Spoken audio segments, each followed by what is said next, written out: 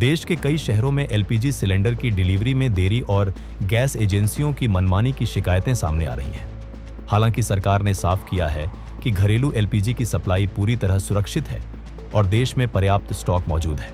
बता दें, खाड़ी देश में चल रहे युद्ध के कारण लोग गैस को लेकर काफी परेशान हैं, लेकिन सरकार का कहना है कि उपभोक्ताओं को घबराने की जरूरत नहीं है।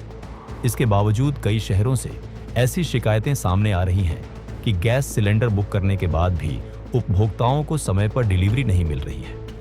गैस की बुकिंग के लिए एजेंसियों के बाहर लंबी लंबी कतारें लग रही हैं। कुछ डीलर सिलेंडर देने से पहले अतिरिक्त पैसे मांग रहे हैं।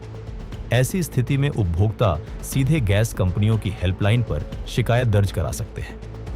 इंडियन ऑयल कॉरपोरेशन के इंडेन के लिए टोल फ्री नंबर 1800-2333-555 और बुकिंग नंबर 7718955555 है।